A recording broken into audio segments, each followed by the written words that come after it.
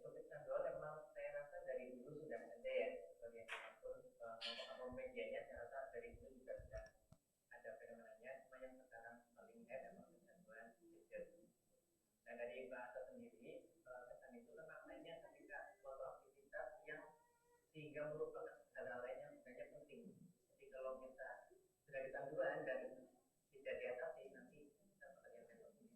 Karena memang kecanduan itu kontaknya negatif. Kita tidak kontrol dan diri kita. Nah, apa saja faktor yang membuat remaja saat ini menjadi ketergantungan pada gadget? Memang kalau dibedah semuanya mungkin akan sangat banyak ya, tapi mungkin saya sederhanakan saja. Di sore ini mungkin ada dua hal yang jadi faktor utama. Yang pertama mungkin kondisi. Jadi di era sekarang yang apa-apa harus serba internet, serba gadget, ya mau nggak mau dan mungkin terpaksa juga kita harus bergantung pada gadget itu sendiri. Jadi dan kadang kondisi ini yang disalahgunakan oleh anak-anak yang mungkin harusnya untuk belajar tapi malah dipakai untuk bermain hingga larut malam misalnya gitu. Jadi yang pertama itu dari kondisinya. Nah, yang kedua itu dari lingkungan.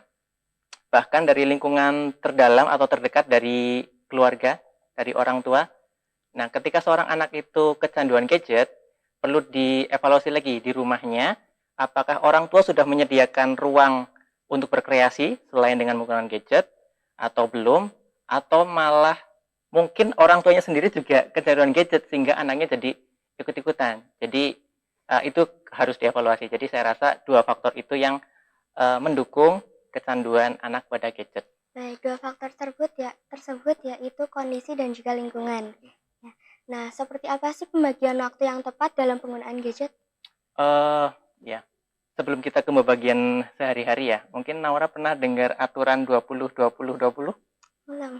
Belum ya. Jadi mungkin teman-teman juga ada yang sudah, ada yang belum. Jadi aturan 20-20-20 itu adalah ketika kita menghabiskan waktu 20 menit di depan layar gadget, itu setelahnya luangkan waktu 20 detik untuk memandang objek sejauh 20 meter.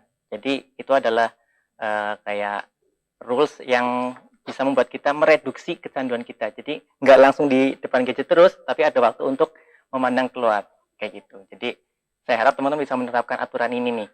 Nah, tapi untuk kesehariannya pembagian waktu menggunakan gadget dari jurnal yang saya baca, untuk remaja itu sebenarnya waktu menggunakan gadget tidak boleh lebih dari 2 jam per hari.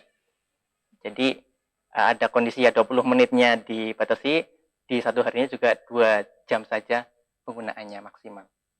Nah, kapan sih kita bisa menyimpulkan jika anak sudah terpengaruh atau kecanduan gadget? Mungkin kita bisa lihat dari beberapa sisi ya.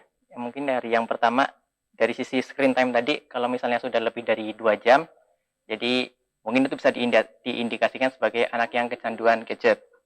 Atau bisa dilihat juga, mungkin kita punya teman yang dikit-dikit buka HP, dikit-dikit buka HP, padahal nggak ada apa-apa, itu juga bisa dibilang seorang kecanduan gadget. Saya rasa dua hal itu bisa jadi indikasi seorang udah kecanduan gadget. Selanjutnya, seberapa penting sih peran sekolah dan orang tua dalam memonitoring anak dalam penggunaan gadget? Sangat penting ya. Cuman mungkin kalau saya di sisi pendidik ya, sekolah itu sebenarnya sangat terbatas dalam mengatur kebiasaan anak dalam menggunakan gadget. Ya, kami bisa saja membatasi aktivitas mereka dengan gadget di sekolah, tapi kan di luar itu sudah tidak bisa kami kontrol lagi. Nah, sebenarnya yang paling berpengaruh penting justru adalah di rumah. Bagaimana di rumah itu bisa melatih kebiasaan anak-anak dalam menggunakan gadget. Misalnya, ketika makan, apakah boleh sambil megang gadget, sambil nonton YouTube misalnya, atau ketika mau tidur, apakah gadget itu HP harus disimpan anaknya atau disimpan di tempat tersendiri sehingga anak nggak melulu main-main gadget. Itu juga bisa. Makanya saya rasa faktor terpentingnya justru kebiasaan di rumah. Nah, dampak positif dan juga negatif dari penggunaan gadget pada anak, khususnya remaja itu apa saja sih, Pak? Karena gadget atau HP ya sederhananya sekarang itu sudah melebar dari alat komunikasi ya. Sekarang udah jadi media hiburan juga, media edukasi juga. Saya rasa dampak positifnya adalah anak sekarang itu dengan menggunakan gadget harusnya wawasannya bisa lebih luas ketimbang orang-orang zaman dahulu. Atau dan juga harusnya dengan menggunakan gadget itu bisa lebih memantik kreativitas anak sehingga nanti anak-anak itu bisa tumbuh menjadi pribadi yang inovatif. Itu dampak positifnya. Tetapi saya melihat juga ada banyak beberapa dampak negatif. Misalnya anak cenderung nanti bisa mengakses sesuatu yang belum seharusnya dia dapat. Yang paling sederhana itu game saja. Misal teman-teman di sini ada yang main PUBG ya. Mungkin itu salah satu game yang paling populer. PUBG itu sendiri ya seharusnya aturannya bisa dimainkan oleh anak yang sudah berusia 15 tahun ke atas. Tapi faktanya kan sekarang anak SD juga sudah main. Nah, itu sudah jadi pelanggaran tersendiri sebenarnya. Nah, dampak negatif lainnya dari kesehatan fisik juga bisa berpengaruh. Misalnya ada gangguan insomnia atau gangguan tidur. Terus juga biasanya anak itu susah fokus di kelas. Dan juga ada juga yang mengalami sakit mata itu juga cukup banyak. Dan yang nggak kalah bahaya adalah di kesehatan mentalnya. Karena kita tahu sendiri netizen kita kan nggak terlalu ramah ya. Apalagi kalau kita salah ucap saja itu bisa diucap habis-habisan. Itu dampak negatif yang bisa terjadi ketika kita kecanduan main gadget. Nah, jadi penggunaan gadget itu tidak melulu tentang hal yang negatif ya teman-teman. Nah, selanjutnya bagaimana sih peran sekolah dalam meminimalisir penggunaan maksud saya kecanduan gadget pada siswa? Ya seperti yang saya jelaskan tadi, kami di sekolah sangat terbatas fungsinya untuk kebiasaan ini. Yang bisa kami lakukan adalah berikan aturan bagaimana penggunaan gadget di kelas dan di proses belajar mengajar saja. Dan mungkin juga untuk jenjang SMP dan SMA karena sudah ada guru bimbingan dan konseling, bisa juga ada kegiatan di kelas yang nanti ada penyuluhan bagaimana cara menggunakan gadget yang baik dan benar. Saya rasa sementara baru sebatas itu saja. Nah, apa tindakan dari sekolah jika ada siswa yang terkena efek kecanduan gadget, terutama untuk kecanduan game online? Oke, ini bagus sekali. Ketika ada anak yang sudah terindikasi kecanduan game online, itu saya harap dari sisi orang tuanya langsung melaporkan ke pihak sekolah saja. Nanti bisa kami bantu melalui sekolah atau melalui bimbingan dan konseling. Nanti kita bisa melakukan terapi kepada anaknya. Tetapi yang perlu dipahami ketika kita mau melakukan terapi kepada anak untuk mengurangi kecanduan bermain gadgetnya atau bermain game online, itu harus ada kesadaran dari anaknya sendiri.